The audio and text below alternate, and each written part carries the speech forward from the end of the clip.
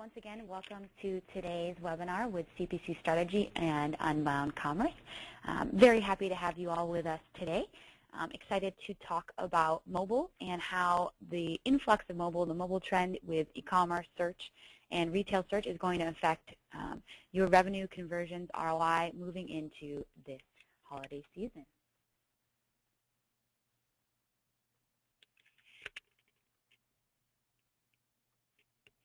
Alrighty, so just to get us started, my name is Mary, and I will be driving this webinar today. I'm the Content Director here at CPC Strategy.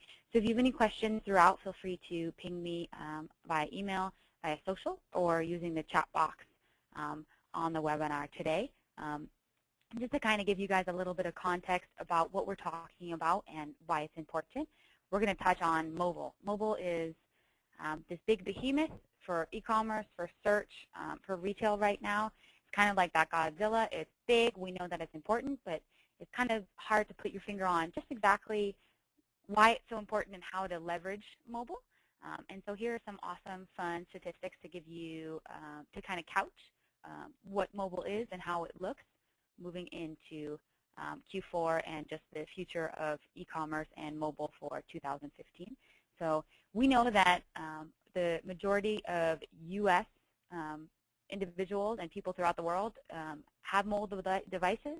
They are mobile devices that have internet usability, and people are increasingly using these devices to not only shop online, but to search online. And so mobile is huge, and it continues to become larger moving into 2015.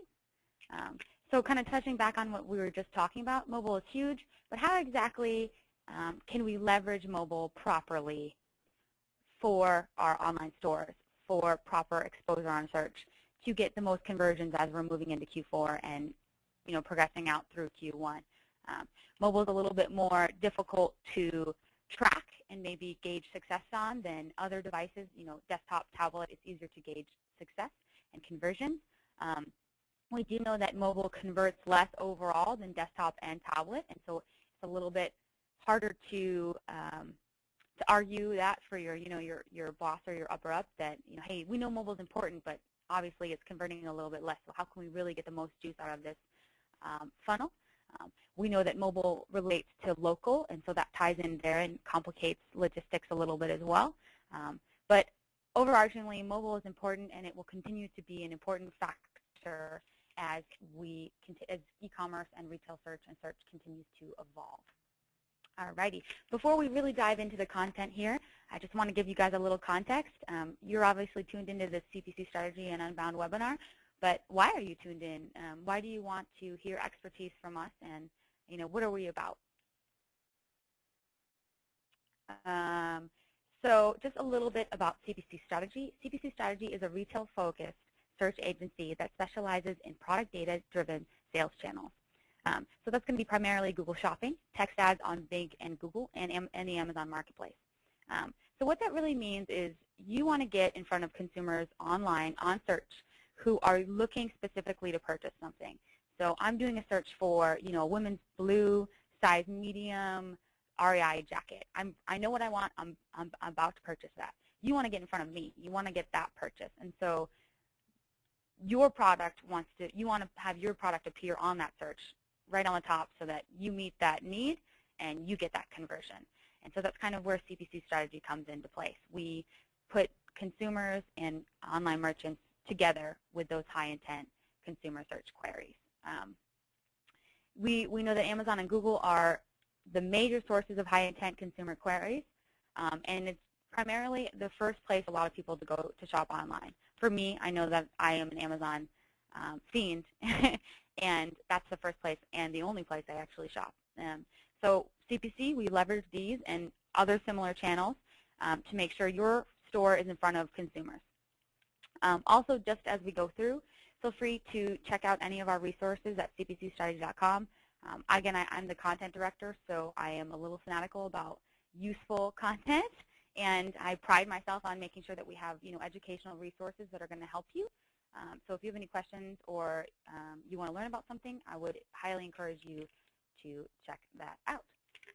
Promises is going to be, we're almost done, and we'll launch into the presentations here shortly. Just want to touch on some quick logistics before we get started. You guys are all, I'm sure, wondering about the webinar recording. Maybe you have to duck out to a meeting. Maybe you want to forward this webinar recording to a friend or a coworker so that, anything that you found particularly interesting, they can watch later. And so, yes, we will be recording this webinar today, and so look out for that email later this week from me. Sometimes those will get caught in the spam box for certain people, so just be careful on that one. Be diligent and check out. Also, as I had mentioned, we will have a Q&A session with both Louis and Keith, who are speakers today, following the presentation. So if you have any questions for either of them, feel free to ask that in the chat box on the GoToWebinar app. You can also reach out via social using the hashtag CPC webinar, or feel free to reach out via email. You can reach out to myself, Lou, or Keith throughout. So just a little bit about our speakers today. Again, our speakers are Louis Brannon and Keith from Unbound Commerce. And so why are these speakers important? Why are these industry leaders? Why are these people who know all about mobile? So a little bit about Keith, and he'll probably touch on himself a little bit more when his presentation comes in. Keith has over 10 years of e-commerce experience, so that's a lot to bring to the table. And he's been working with mobile for over 8 years. So he has a really strong base in expertise on these subjects. I'll talk a little bit more about Lou in a second, and I'll let him obviously talk about himself as well. Lou's someone I've been working with for quite some time and has a glut of e-commerce, CPC, PPC experience, and he's excited to talk with you guys today. So what are we going to talk about today? Mobile's huge. It's that Godzilla. How do we leverage mobile properly to make sure that you're getting the best ROI on this channel that is big and is going to continue to grow? How do we determine what are your goals and that you're tracking mobile properly moving into Q4 and Q1? How do we implement local and make sure that that user audience is being met? And then what are some, secrets, that secret sauce, those tips that maybe the general public isn't aware of that we can leverage for mobile to make sure that you're really getting the best ROI you can as possible. So that's just kind of what we're going to go over today. And I'm going to go ahead and pass this over to Lou, who's going to be your first speaker today. And he's going to kind of move in to talk about all of these things about mobile.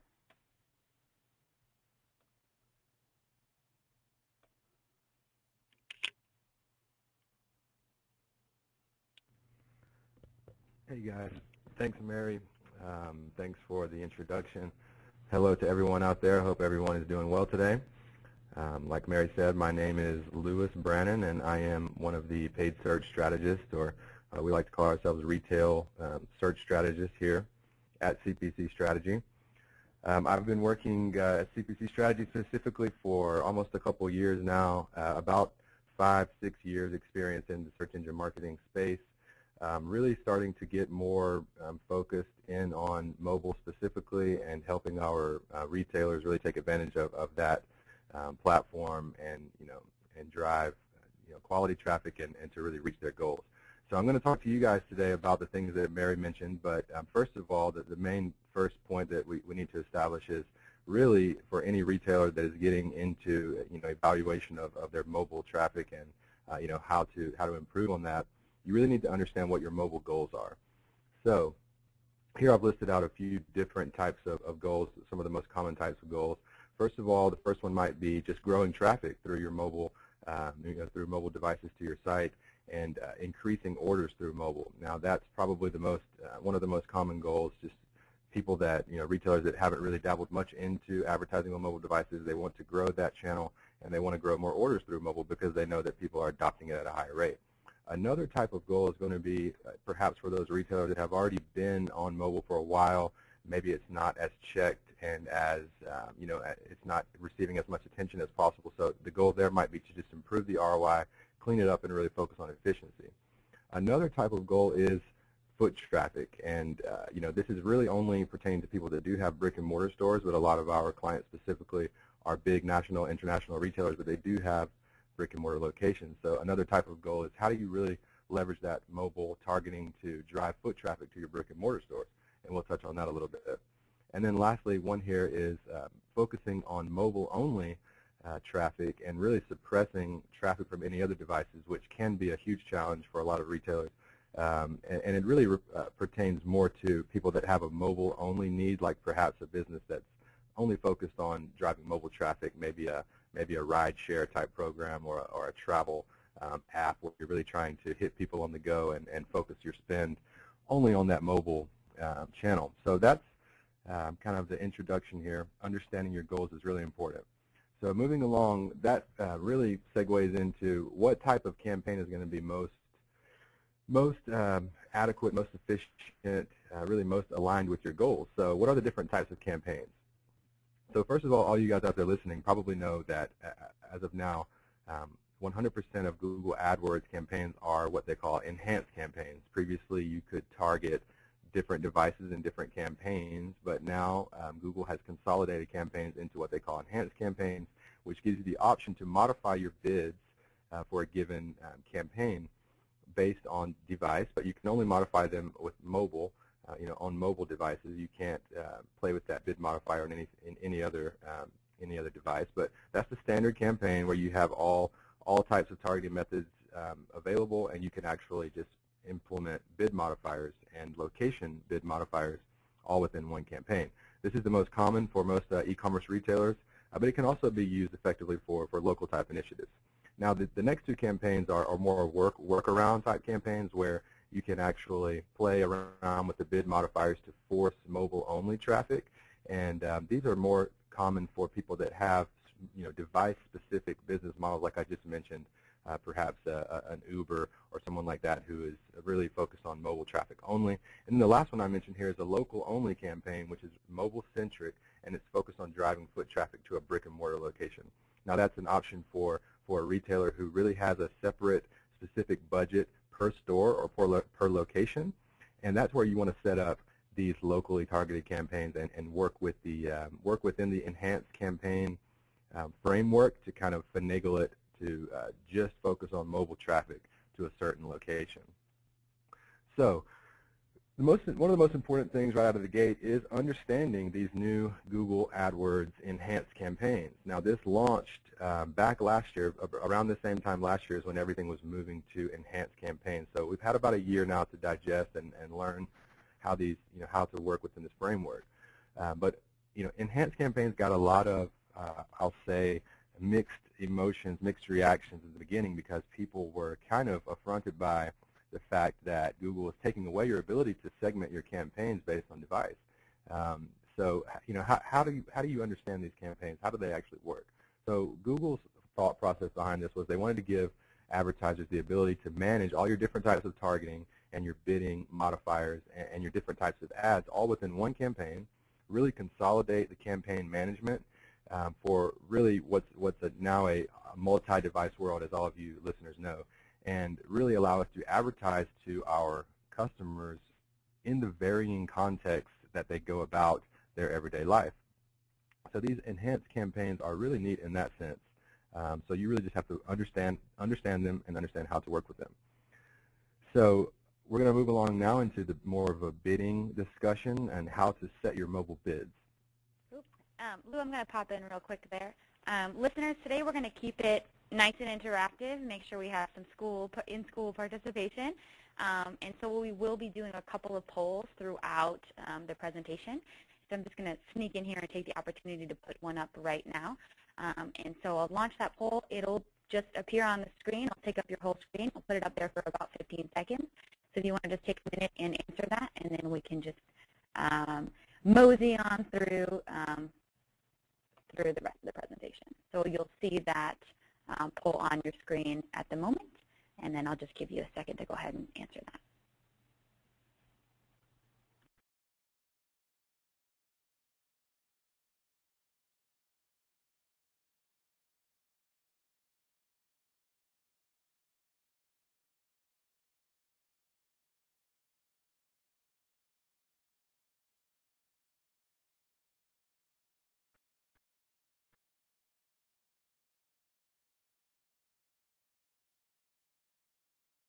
Okay, 5-second warning, everybody.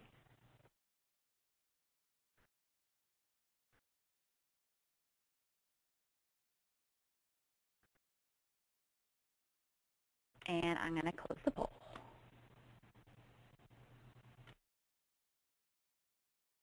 Great. Thanks, everybody, and I'll just pass it back over to Lou. Thanks, Mary. Sorry for getting ahead of myself there a little bit. I was just too excited talking about this mobile strategy here, so forgive me for that. So here we go. Moving in now to the bidding optimizations and really the bidding strategy for mobile. As we talked about before, really the first and most important thing is to understand what your goal is. All of those goals that we spoke about before, you really need to know what bucket you fall into in order to determine where you need to go with your mobile strategy. So the next step to that would be, let's say that you already are bidding on mobile in most of your campaigns. You have a loose strategy. You know that you're getting mobile traffic, but you don't really know what a smart bid is. Obviously, you don't have a great read on the ROI there. What should you be bidding as kind of a baseline?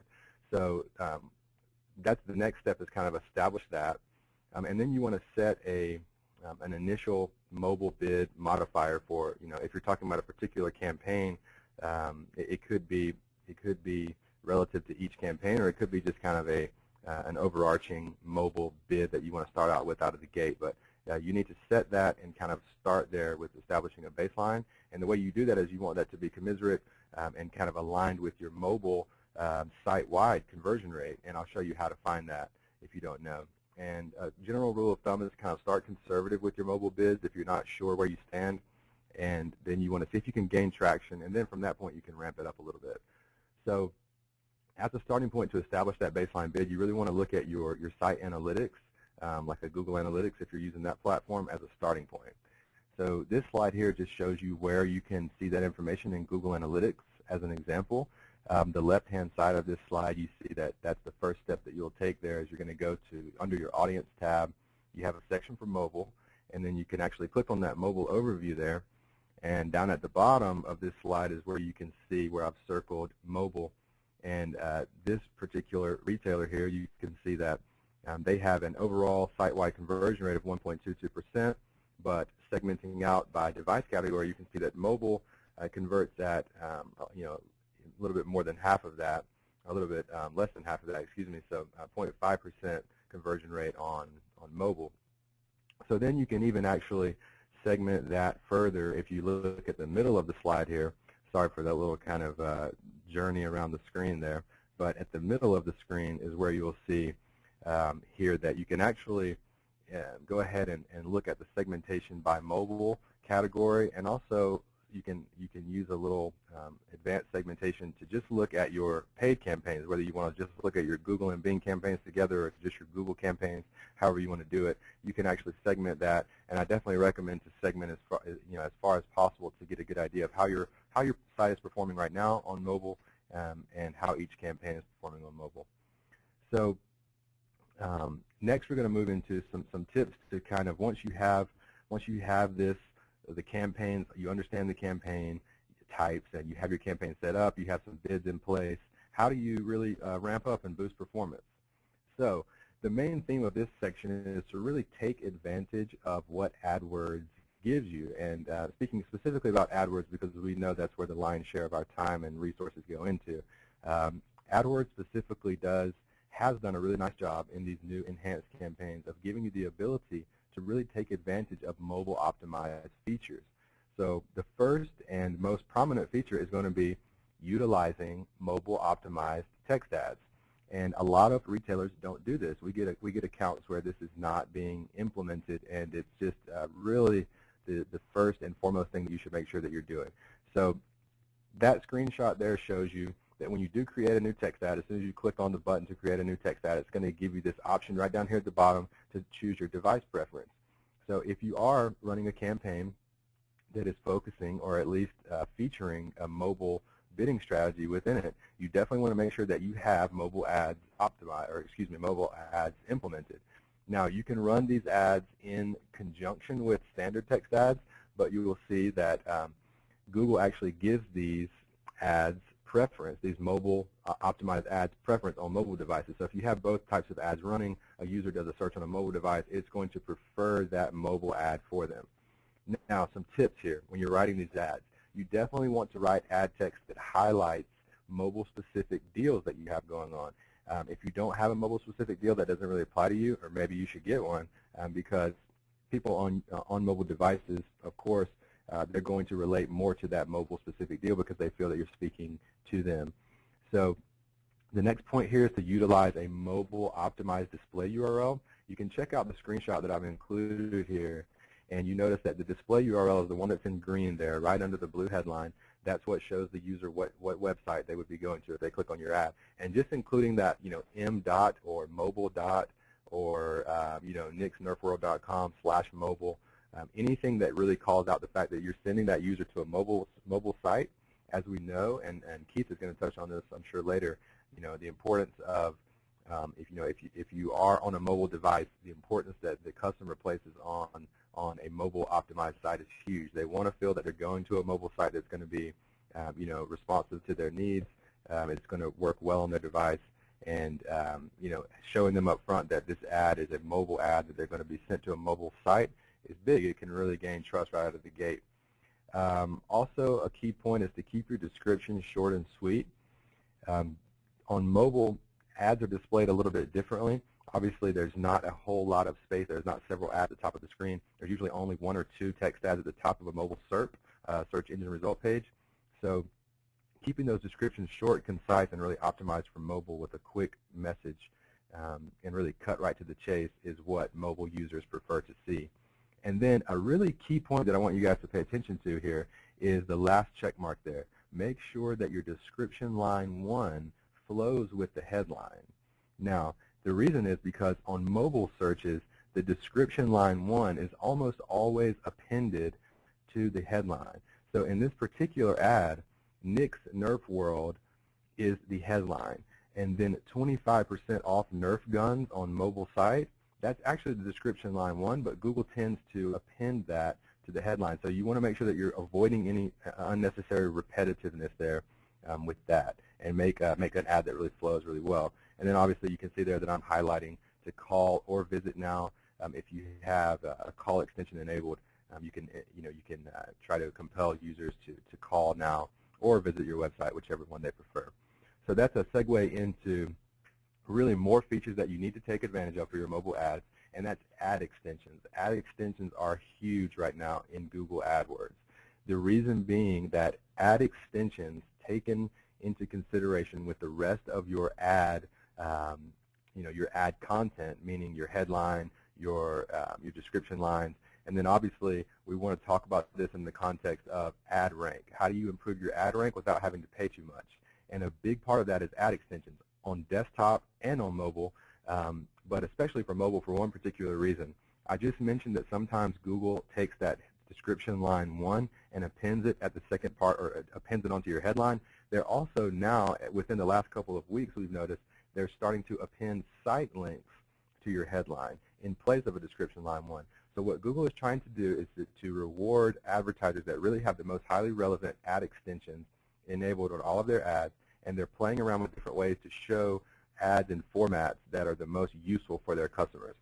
So first thing that you want to do is when you're loading in your site links for your campaigns that are utilizing mobile, you want to make sure that you're using mobile optimized site links. Just like mobile optimized ads, it's just a radio button that you can click that allows those particular site links to get preference on mobile searches. So it can be something like a store locator, an in-store deal that you're highlighting through a site link, something like that, because those deep links are going to link people into really relevant portions of your site, and Google will reward you if you have mobile-specific ones that really relate to a particular search. Also, app extensions is mentioned here. If you do, like I mentioned earlier, a hotel's website, if you're trying to compel people that are using their mobile devices to check out your mobile app and book a hotel, for example, you can go ahead and utilize an app extension that takes people directly to a download app page or to just open the app. And call extensions is huge. The next one that we'll talk about, I'll talk a little bit more about call extensions. You notice here in this search that I performed on my mobile device, wedding ring San Diego. No, I'm not looking to propose. I'm actually already married. So this was just a kind of a generic search that I did. But yeah, this is actually a search for wedding rings in San Diego. Some lucky guy out there is searching for that. And here's the 2 ads that he sees here. And I want to walk you through a couple of the differentiating factors in these two ads. First of all, both of them are utilizing call extensions. That's huge. We see a lot of clients that don't utilize call extensions. This is a simple thing that you can implement in your campaigns, and when someone does a search, you're gonna give them the ability to actually just click to call there. So you always want to make sure that those are implemented no matter what. If you do have the ability to take calls to your store, whether it be a local store, a local brick and mortar, or just your national call center, you want to make sure that that call extension is enabled if you value phone call traffic. So that's that. The next thing is going to be a call-out extension. Call-out extensions are relatively new in AdWords. They apply both to desktop, laptop, tablet, and mobile. But they can be really useful for mobile, as you see down here on the second ad result. These are actually site links that you see here that are probably or may not be mobile optimized. But also, if you have call-out extensions enabled, I couldn't actually replicate anyone that was using these.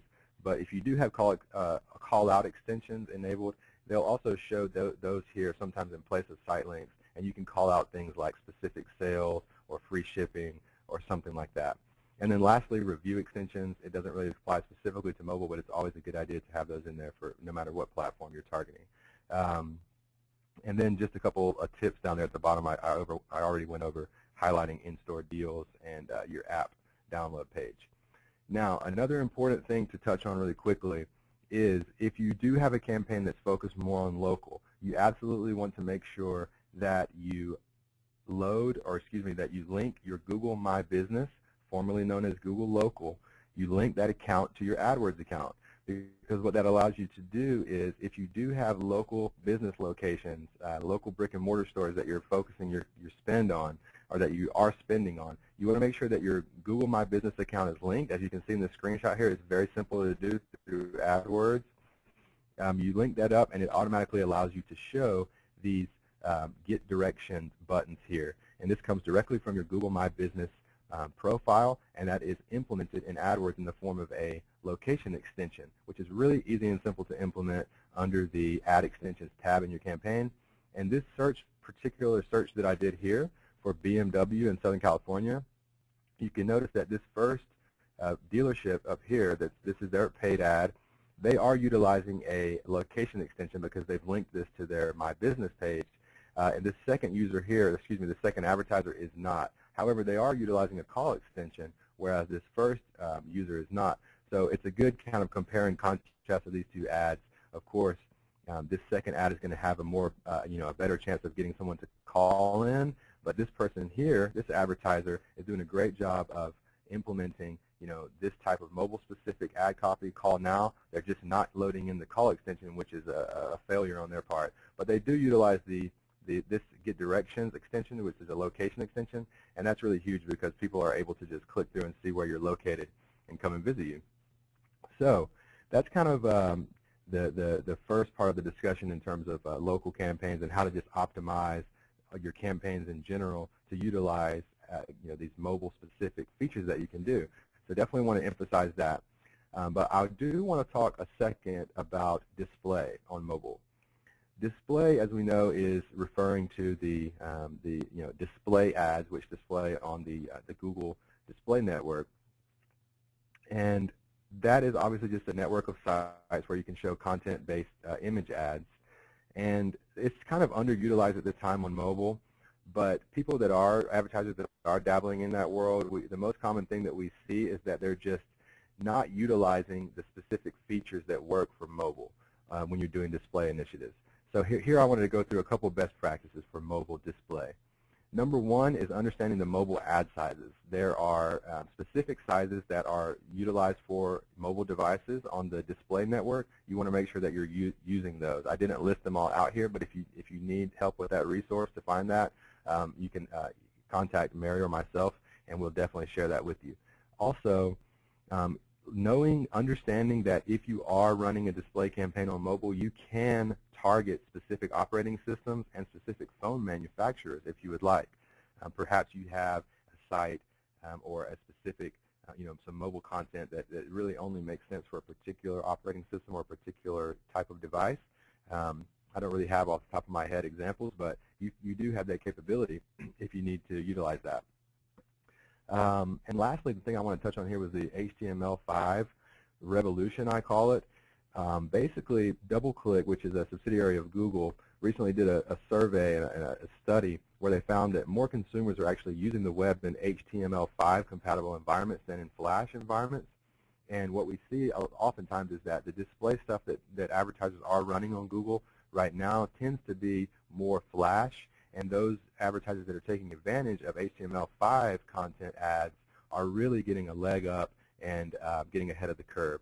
So there's a new tool out that's called Google Web Designer, where you can actually create your custom HTML5 rich media ads, and we definitely recommend checking that out, getting familiar with it. And again, if you need more information on any of this type of stuff, just let us know and we can send you some more resources. But check out that tool. It's really good to utilize for building HTML5. And we really just want to start moving away from the old boring Google templates that can tend to not be quite as flexible and for our needs when we're doing display initiatives.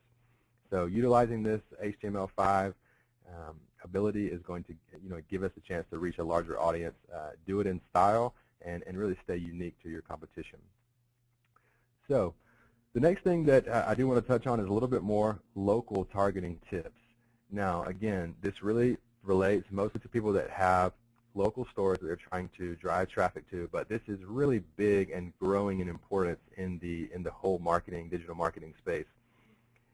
First thing that you want to consider is what type of campaign do you need for a local, for a local type of initiative.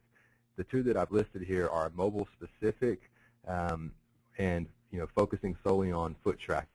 And the question here is really, should you try to isolate mobile or not? If you do have a mobile-specific budget, perhaps the higher-ups in the company really want to put a specific focus and a specific budget on mobile and see how it performs. You can implement a campaign type that only forces mobile traffic. And we can speak after the webinar if anyone wants to get some more information. It's not easily done, but there are some ways to finagle the campaigns, especially if you're using certain types of tag implementation software to really optimize and build a campaign that only receives mobile traffic, which a lot of people are unaware of, but it can be done using some kind of advanced not programming rules, but actually tag implementation rules, conversion tracking implementation rules. So I won't get into that, but if anyone has any questions about that later, we can get into that a little bit more. And then the other type of consideration is, are you only trying to drive foot traffic to a store? That's a type of consideration that you need to make. And then just some basic tips are always align your campaigns that are mobile focused with your actual store locations. Have campaigns specifically for each location. Connect that with your Google My Business so that you're always displaying that information to the correct local user. And also budget accordingly. Each local location would it would stand to reason that it would have its own budget so that you can segment those campaigns and really focus in on each one. And then obviously you want to correlate how your sales are doing in those particular stores and try to relate that to what your mobile advertising has been like, and try to make a connection on what your mobile campaigns are doing and if they are driving more sales to each individual location. And we'll touch on that a little bit more in the measuring success section. Another thing that I did want to mention really quickly, which is also on this slide, is local Google Shopping. This particular screenshot that you noticed is a screenshot that I did for a certain type of tent. And what you'll notice is that when I click through to Google Shopping, it gives me an option that, hey, some of this actual tent that you're looking for is actually available nearby. So you'll notice the map there. It's a map of the San Francisco Bay Area. I'm actually in San Diego, so you can see here that there's a little bit of loose targeting going on here by Google. It's still a work in progress to get this local shopping experience ironed out, but you can obviously see that they're moving in that direction. And so this is an example of REI, which is a retailer that has submitted local Google Shopping product feeds. So like I said, Google's not doing a great job of matching this up, but you see that a user that's in San Francisco that's searching for a specific tent that REI sells, REI is ahead of a lot of their competitors here because they are listing these local locations, the availability for each one, and the user is able to easily see, hey, which one am I the closest to, and click through, get information, Again, it's linked to the Google My Business page for each individual location, so you get all of that type of experience, and it's just great for really expanding that omni-channel type of experience, which is obviously a real thing. I know that you guys talk about it a lot in your meetings that you have at individual businesses, and omni-channel is obviously a real thing. And this, having your local strategy aligned with all of your storefronts, your hours, everything, your inventory, that's a huge part. Being prepared for that type of mobile influx and having all that alignment is really going to allow that omni-channel initiative to be more of a real thing for you. So the next thing that we're going to talk about, which is big, is how do you measure the success of your mobile campaigns? This is kind of the big kind of question around mobile is, hey, we know it's big, we know people are adopting mobile at huge rates, we know everyone uses their phone, people are shopping on their phones, but we're not seeing great ROI from it. How do we measure the success if we do pump some spend into mobile? How do we really get a feel on it, whether or not it's being successful? So first thing that I'm showing you here is understand the key metrics for mobile success. So again, it really correlates back to what your goals are, but we're going to go through some of these here one by one and talk about success metrics. So number one that I list here is foot traffic to local stores. Now obviously this pertains to local retailers, but if you do have an initiative to get more foot traffic there, then obviously how are you going to correlate success? You're going to have to look at how your in-store sales are doing and then try to tie that back. And the reason I put this little snippet in here that says in-store sales soon as an AdWords metric, question mark, that's because I have been doing a lot of speaking with people that could potentially be in the know on this and just kind of seeing how it's going. We think that Google is going to eventually implement a way to be able to track your in-store sales and correlate that back to your advertising campaigns within AdWords. So that's going to be a neat way for us to get a feel for that. The next thing that I've mentioned here is call conversions. Obviously, people that are retailers that want to drive calls, they obviously have to be, have to have a good mobile strategy in place. Now, how do we track those mobile call conversions? It's hard, but the one that I've listed here is call conversions on Google. This is a little bit loose, and don't, you want to take this metric with a little bit of a grain of salt, but Google does allow you the ability to utilize a forwarding number within AdWords and set a certain call duration as a threshold for a conversion. So if a user clicks the call, they call in, and it lasts over, let's say, 5 minutes, and maybe you consider that to be a conversion. That's kind of where you're limited within AdWords, but you do want to look at that. But obviously, it's most advisable to go ahead and utilize a third-party call tracking platform to where you can have a specific number for that mobile device, and you can actually have your call agents, your people that are actually making sales over the phone, you can have them actually correlate that back to your mobile ad spend. And that's obviously the most elegant solution. But for those of us that are maybe a little bit more inhibited in that regard, you can utilize call conversions as a metric, as kind of a first top-level metric on your success of your mobile advertising for driving phone calls. Also, the next one is pretty big. If you are just a retailer that's advertising nationally, you want to drive traffic to your e-commerce website, and you want to actually get more orders online through mobile, you're going to have to consider all metrics that you have at your disposal. And I say consider them, and that's a big word there because you don't want to take any of them, and hang your hat on them, but you want to consider all of them that AdWords gives us. Moving along to the next line there, these are the two conversion metrics in Google AdWords that we typically tend to look at most of all for our online sales, and that's converted clicks and conversions. Converted clicks obviously are clicks on our ads that led to orders, and then the conversions are the total amount of actual transactions that took place as a result of an AdWords click. So they don't always tell the whole story. Of course, if a user is at home researching, like Mary said earlier, she's looking for a green, ski jacket or whatever it may be, certain brand, certain everything, she sees it, she sees a text ad or a Google Shopping ad on her mobile device, she clicks on it, does a little research on it, hey, I really like it, I want to go to this website and buy it, but you don't have time at that moment, come back later, and perhaps you go directly to the site, you make a conversion. That mobile acquisition, customer acquisition, was obviously huge there. So looking at conversions and converted clicks, it's not going to be correlated back to that mobile click because they left that device and went to another device. So there are metrics in AdWords that we can look at to get an idea for those cross-device and kind of estimations of total conversions that are happening. Now, again, these are metrics that AdWords has developed, and you can pull them into your campaigns and look at them just as you would look at any other of your main key performance indicators. But I do want to stress that they are a little bit ambiguous. There isn't a whole lot of insight into exactly the algorithms that are used to develop these metrics. So when you're talking about putting a whole lot of trust into Google to tell you that, hey, this particular keyword or campaign drove 10 cross-device conversions last week for $10,000, hey, keep spending more on mobile, that is obviously a little bit too loose of an interpretation, and you don't want to put that much stock into it, but it is a metric that a lot of retailers are finding great value in. It's based on patterns and estimates per Google, so again, ambiguous, but they are trying to do a good job of really evaluating each type of user profile that they have, that's using Google, and according to them, these cross-device and estimated total conversions are pretty legitimate metrics. And I say pretty legitimate, they are legitimate in the sense that they're real, they're based on real processes to develop them. But again, just be careful in putting too much stock into them, but you obviously want to keep that in mind when you're evaluating performance. You don't want to just look at clicks and conversions because they're not always going to tell the whole story.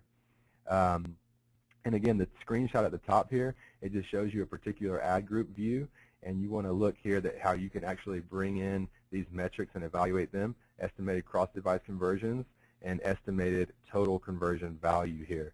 So you'll notice that for mobile here, I'm segmenting out this particular ad group by device, and you'll see that for mobile, we do have 31 converted clicks for $1,400 on $451 in spend. So you might say, okay, it's a little bit above it's about a 3-to-1 ROI on this particular campaign. But then you take into account the cross-device conversions and the total conversions, and there's a little bit more revenue there that that you can see your mobile initiative actually drove. So again, take it into account when you're making decisions, but don't hang your hat on it. All right. So a little bit more about measuring success of your mobile campaigns, and this is really a good science experiment that you can do on your own. I say science experiment. It's really just a quick experiment to get in there and see what you can identify as an impact, a quick bottom line impact on your mobile strategy. Your mobile strategy is having on, I should say your mobile bids are having on your overall success of your website.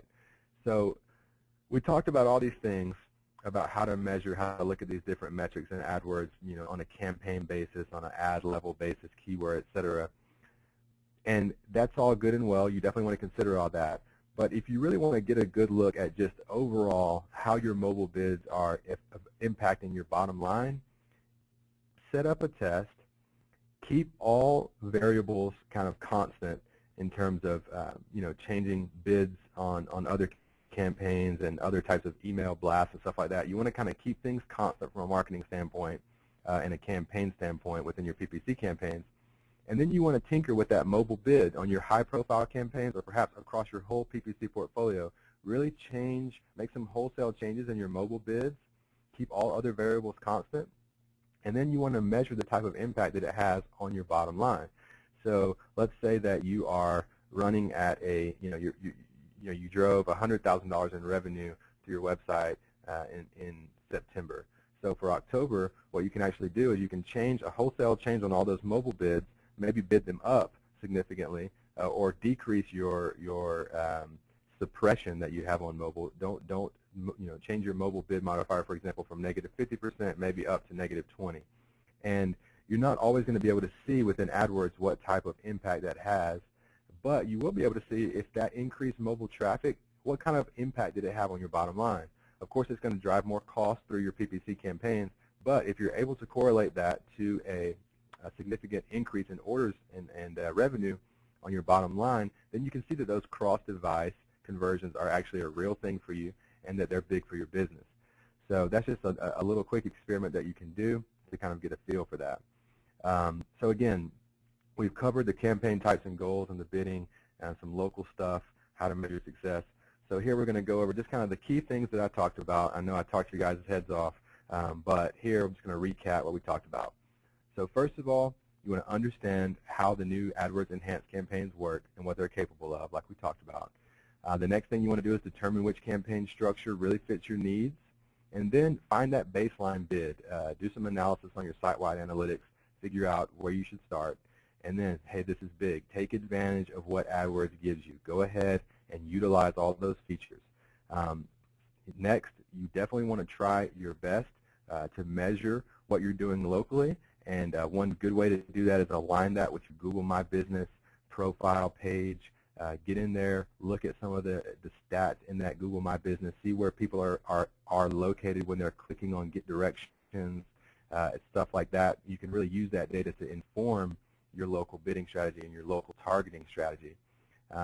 Next, we talked about preparing for the future. Get out in front of where things are going on Google Retail. I showed you that example with REI. You can obviously see that local is big, all the way up to the Google Shopping, national retailer level.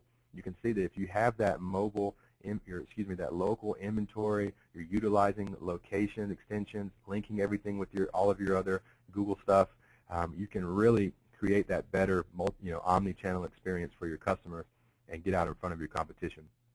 Next, knowing the metrics to look at, see the big picture through experimentation.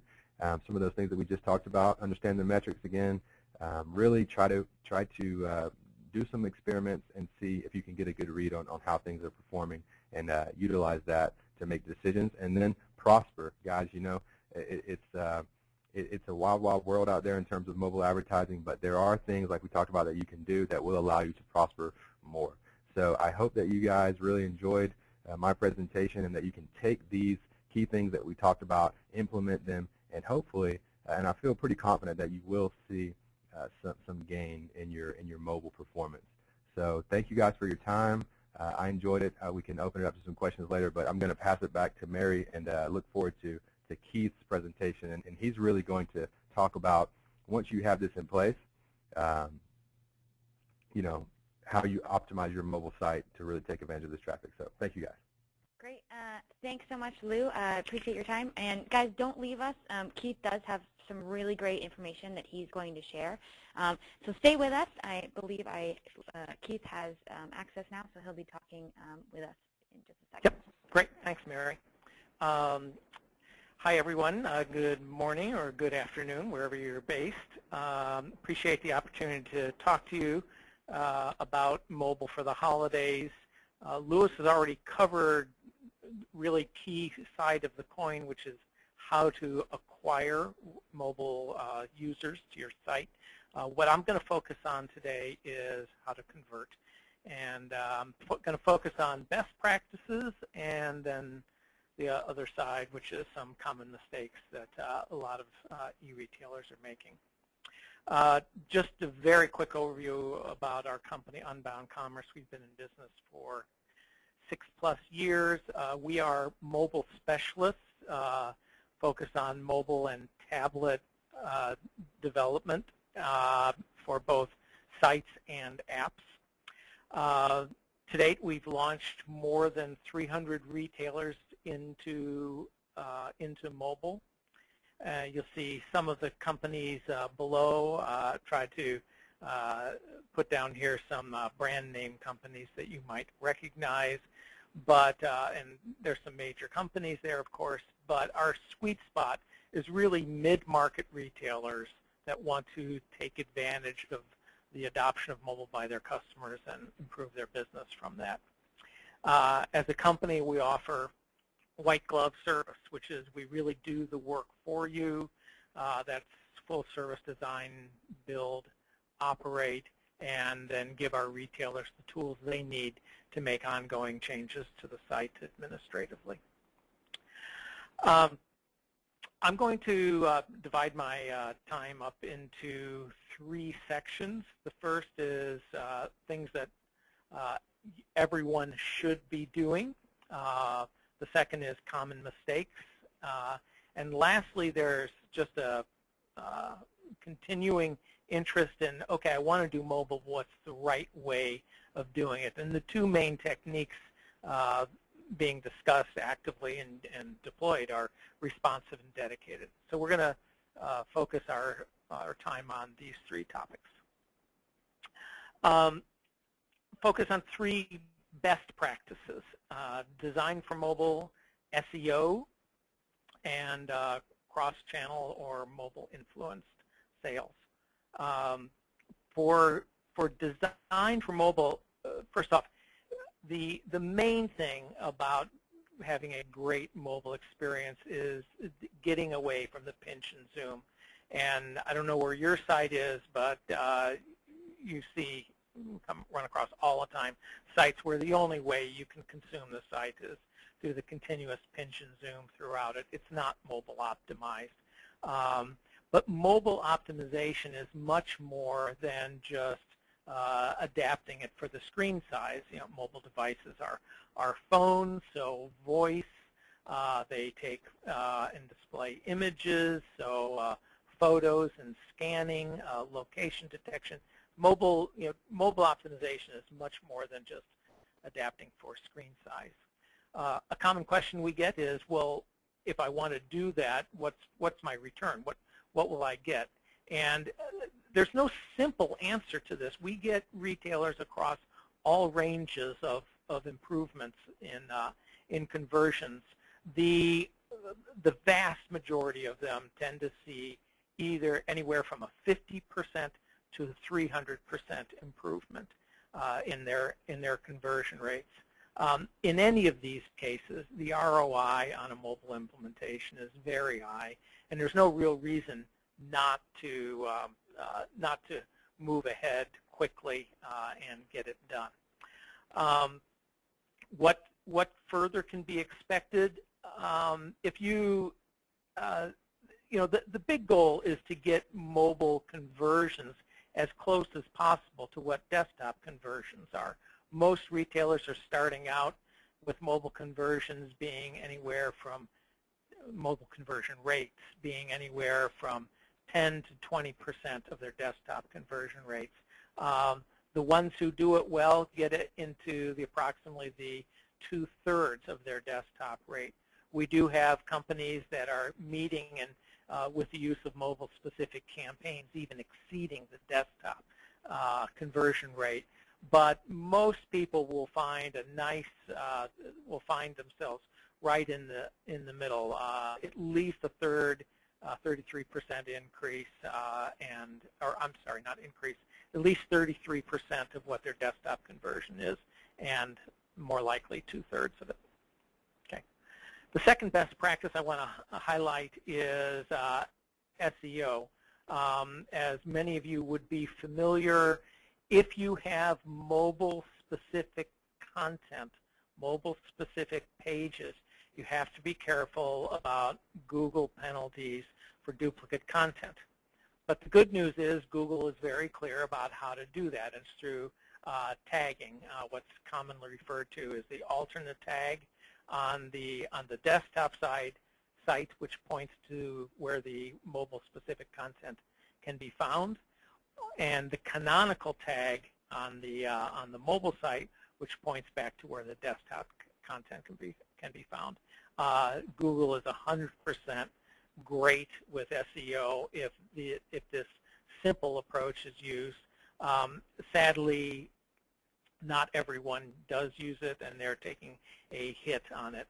More information can be found on the Google Developers blog, and I provide the link there.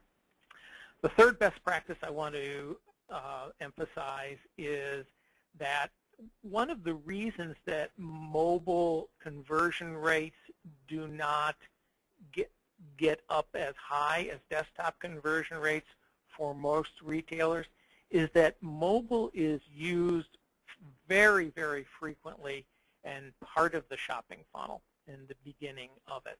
I may find a product on mobile and then make the purchase through some other device. And we see numbers as high as 60% of people doing that. They may, so typically they're finding on mobile. They may be checking out on mobile. They may be checking out online. I use as an example case study one of our customers, Finish Line, who was just blown away by the extent to which mobile was an on-ramp to their call center. And as it is, they're getting 2,000 calls a week from the mobile phone into the call center. And the way they know that, of course, is they've set up a separate toll-free number for the mobile-originated calls. And they're able to do tracking and all of that. They know through these numbers, by the way, that sales made through the call center have a higher average bag size than online calls. So they're very, very happy to get these calls. Finish Line was also very forward-thinking in recognizing that mobile could be used to influence the stores business, the brick-and-mortar stores business. We're not just talking about through Store Locator, although that's very, very important, but also we've implemented for them in-store pickup, which somebody can buy on a mobile phone, having first selected a product and seen where it is available, where that inventory in my size, my color, my style is available. I can buy it, purchase it at that store, and go into that store to pick it up. And the stores love this because it drives more traffic into the store. And then lastly, on omni-channel, Finish Line from early on said we want to have a single shopping cart across desktop and mobile so that somebody, a buyer, can put something in their cart on mobile and check out at home later on a desktop, and we know we can attribute that to the mobile site.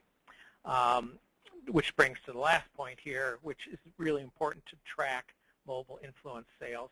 The value of mobile is not just mobile completed orders, it's how mobile impacts your total business. Okay, well, those are the good practices. Let's talk for a minute about the common mistakes that all too many retailers make in doing mobile. The first is no deep linking. I did a search for Halloween cards and found a listing from Papyrus. So Papyrus is a nice retailer. They have a nice mobile site. Ordinarily, they would rank pretty high on this list, but in this case, they're pretty down a ways on the search results. And one of the things that's likely driving the reason they're kind of down and what is a disappointing experience is when I click on this link for Halloween cards, I'm dumped on the home page, not a category page specific to Halloween cards, not a search results page specific to Halloween cards. So I have to re-navigate my way on the site. Not a good user experience. This will definitely reduce conversions on the mobile site. But it's also not good for SEO. Google is out there saying they will penalize sites that don't do deep linking to the searched content, which is presumably why Papyrus ranked relatively low in this search. Second very common mistake is taking your banner images, your hero images that were designed for the desktop site and the real estate available there, and merely shrinking them down to fit on the mobile. I mean, that's all. Here's a site that is otherwise pretty good through American Stationery. Not a bad site as you navigate through it, but this banner image. I mean, I can see it's 20% off, but I don't know what it's off of. I don't know where I'm going with this.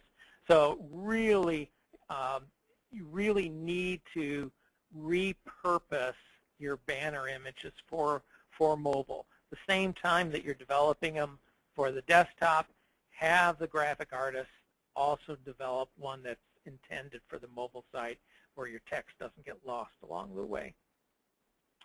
And the last one I'm going to mention, the last worst practice, is I'll keep it at a high level. It's simply failure to simplify. Too many retailers that we work with, when we go through the design process, we say, okay, you've got less real estate to work with. Let's prioritize what experiences we need to have. and they're unable to prioritize. They say, oh, well, everything on our desktop site is important. We need to make it all available. Okay, fine, we can do that. Let's talk about what's on the first page, what's on the second page, and all of that. And it's a very difficult conversation for many retailers to have, but it is absolutely essential that you not put too many choices, not squeeze too many choices, and not confuse the buyer with too many choices. You need to streamline that, and that produces much, much better results. Okay, so those are some things to avoid. The last topic that I want to cover is a question that we're asked a lot. Two main techniques: responsive or dedicated mobile sites, and or there's sort of an in-between, which is adaptive, which means it's still on my the pages are served on the same server that serves my desktop site, but they are distinct pages from those pages that serve desktop users. Responsive, I'm sure you're aware, is very, very popular these days. I mean, it's hot. It sounds like it's the way to go. There's a lot of talk about it. My main goal, we like responsive, but my main goal here is to put some context around it.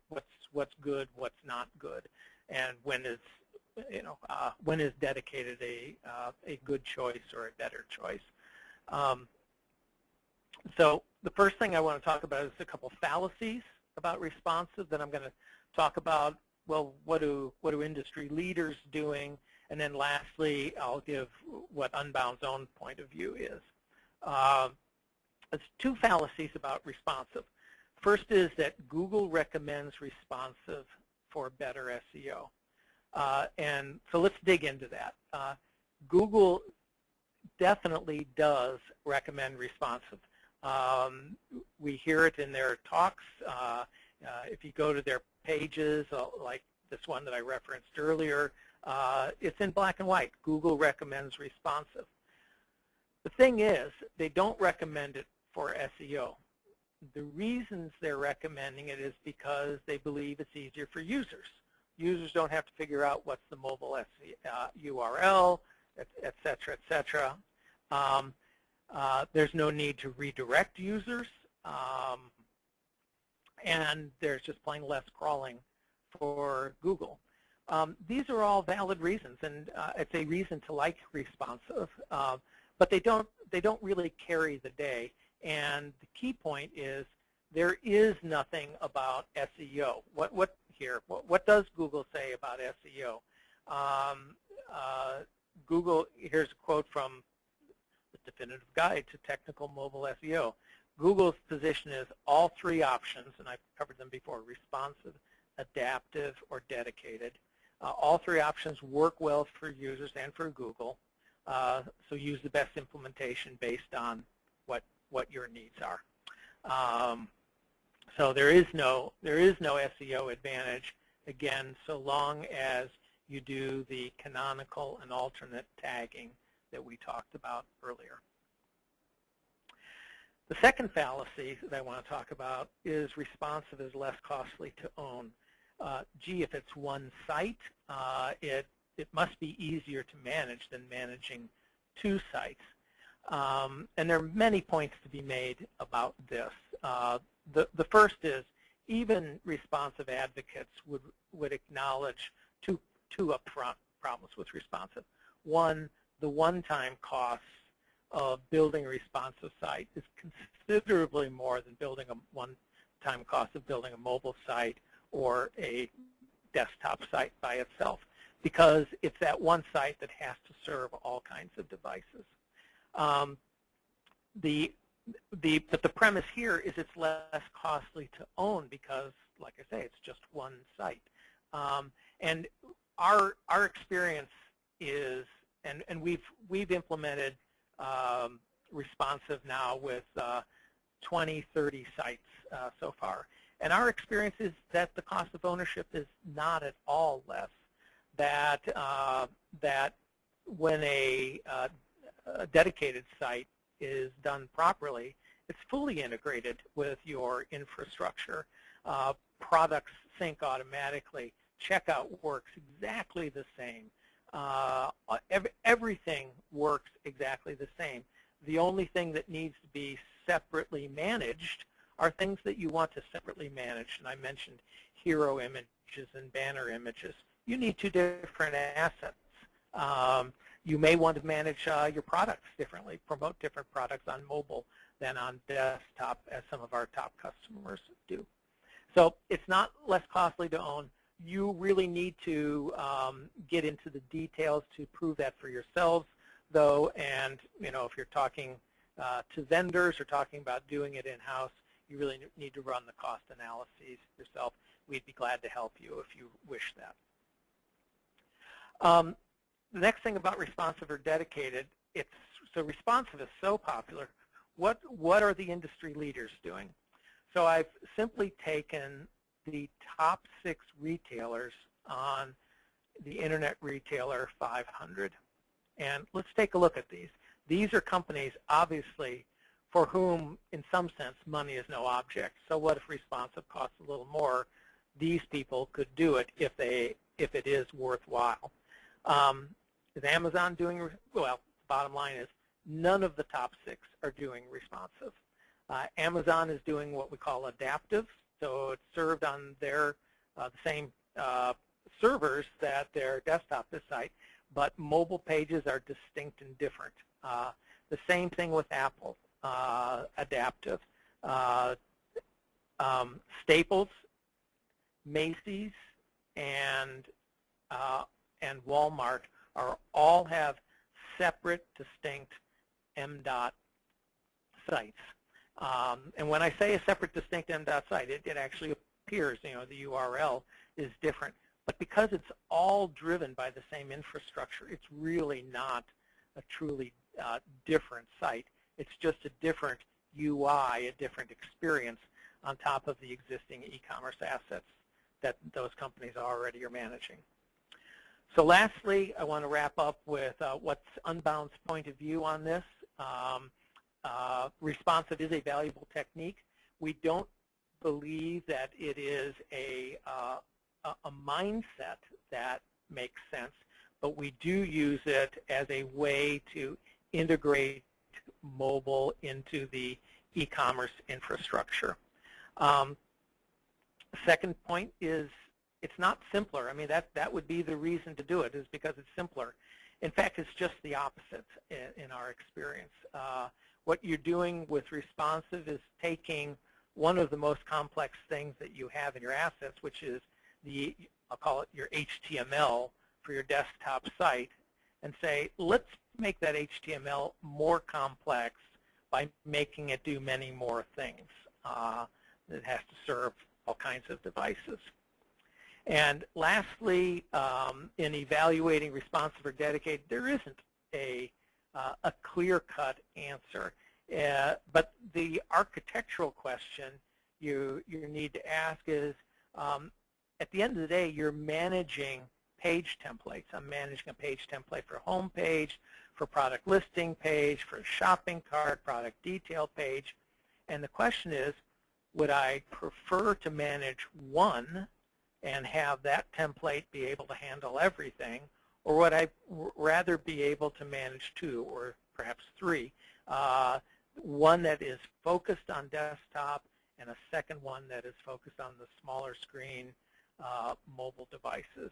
And to us, I mean, if we were given the choice, we would definitely say life is easier when I am able to manage my mobile experience distinctly from my desktop and not require that they be entangled together. So that's a quick wrap. I'll be glad to turn it over to Mary. Be glad to take any questions if we're not able to get to them. Here's my email address, keith@unboundcommerce.com. But Mary, turn it back to you. Awesome. Thanks so much, Keith.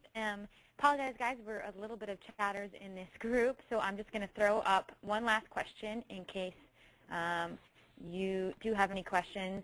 We'll be happy to get in contact with you, either Keith, myself, Lou, or someone from CPC. I think I'm just going to do like 3 quick questions since we do have a little bit of time. Obviously, if you need to run, feel free to do so, but just want to leverage the insight that we have here from these great minds. So going to run into that real quick. So one of the great questions I got here was from Jason. He wants to know, what's the best attribution technology you use for mobile? So maybe it could be for either of you guys, depending on what you have familiarity with using.